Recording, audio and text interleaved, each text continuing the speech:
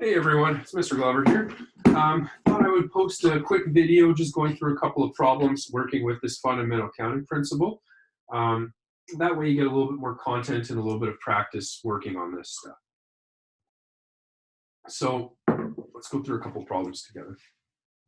Question 1. There are 12 students in the class. Mr. Glover sets up 12 desks in a row and plans on making a seating plan. How many different ways can Mr. Glover arrange the 12 students? So we can solve this using using a bunch of different methods, but basically the two that I would use would be the fundamental counting principle or using permutations. Let's solve this one using permutations, and then we can maybe use both of these tricks.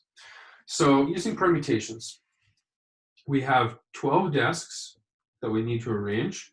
So n equals 12. And then we are selecting 12.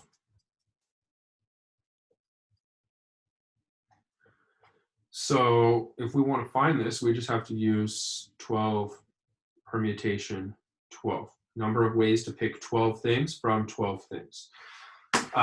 You could use a calculator for this, or you could do this by hand.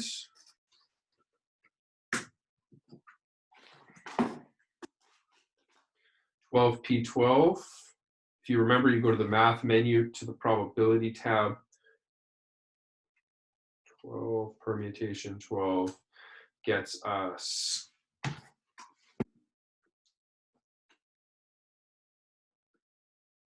479001600. So we have a lot of possibilities here. We've got 479 million outcomes. If you want to do it the other way, you want to use the fundamental counting principle. Draw out 12 blanks.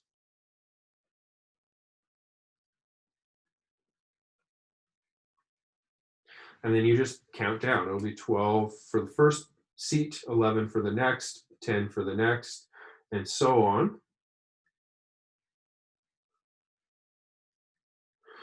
That's equivalent to 12 factorial. If we multiply all those numbers together, we're going to get the same answer, 479 million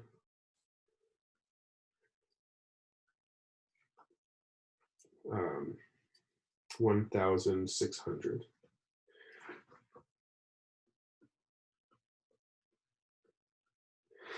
All right, so two different methods.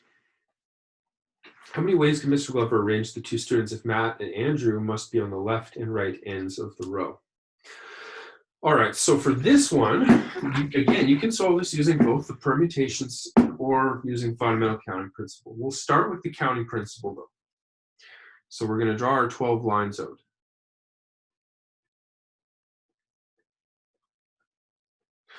And now let's think about what we have here for our population. We've got n equals 12. Maybe we'll write that up at the top. But Matt and Andrew must be on the left and right ends. So we're stuck with Matt and Andrew on the left and right. So there's only one choice for Matt, one choice for Andrew.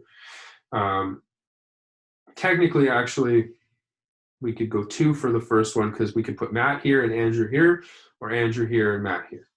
So there's 2 ways of arranging them. Everyone else can be mixed in the middle.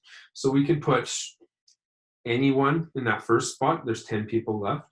And then anyone that's left in the next spot, 8 in the next spot, 7 in the next spot, and we can continue counting down. If we multiply all these together, we will get 7,257,600. Okay, so a lot less options. If we want to use the permutation technique, we can do that. We have to think about it as number of ways to rearrange, or maybe we'll say to seat Matt and Andrew. We're going to multiply that by the number of ways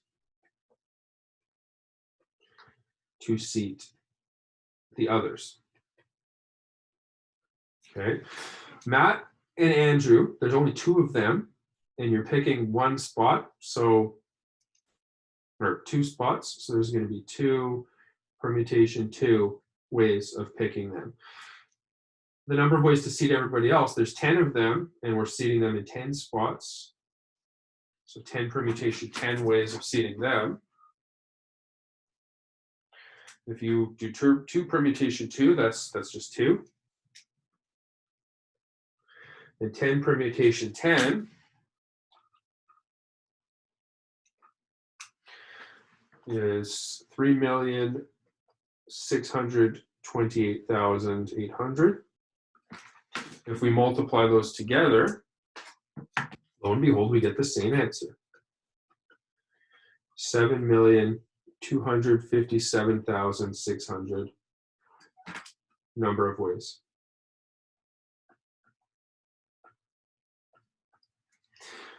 And how many ways can Mr. Glover arrange 12 students of Chastity, Brooke, Kaylee, Kelsey sit together? So this is a lot like the vowel problems that we were talking about in the notes the other day. The easiest way to handle these is by just using permutation formulas. So we have 12 students.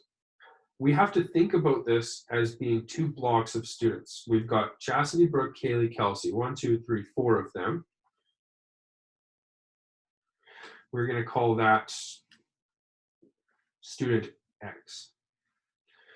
So if you think about it, we had 12, but we're replacing 4 of them with 1. So essentially, that's like removing 3 students. It's basically like we've got 9 students now. Except that student X is actually 4 kids in a chunk, sort of sitting together.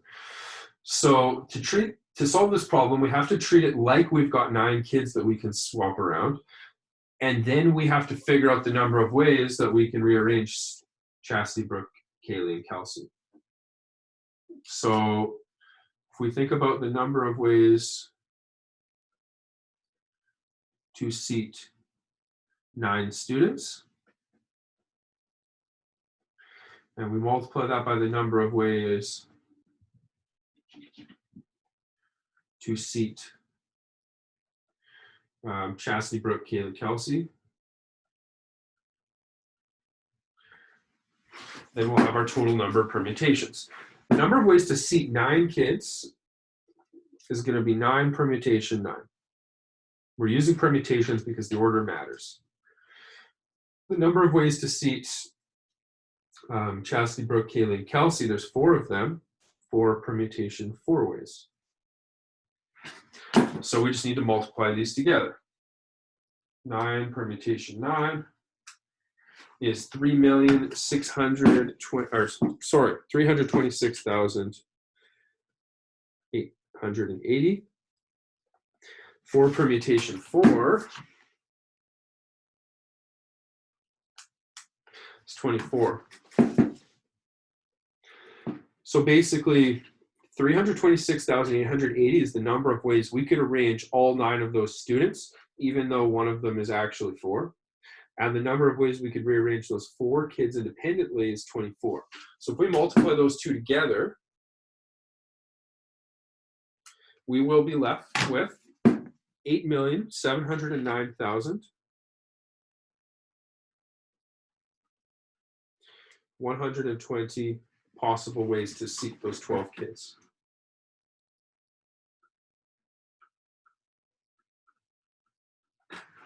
And there you go. So when solving these problems, it's not immediately obvious what method to use. Right now, we've got a couple of tricks in our toolbox. We have a few. We've got the graphic representation. We could use a tree diagram, or we could use an outcome table and literally count the options. But I'm not writing 8,709,000 lines. We can use the fundamental counting principle. If we know how many choices are being made, we can fill in each choice with the number of options and then multiply. Or we can use permutations. They're a little bit trickier, but the math is a lot easier once you have them set up. And you've got to be a little careful with it. You just have to make sure that you're using the right numbers for N and R.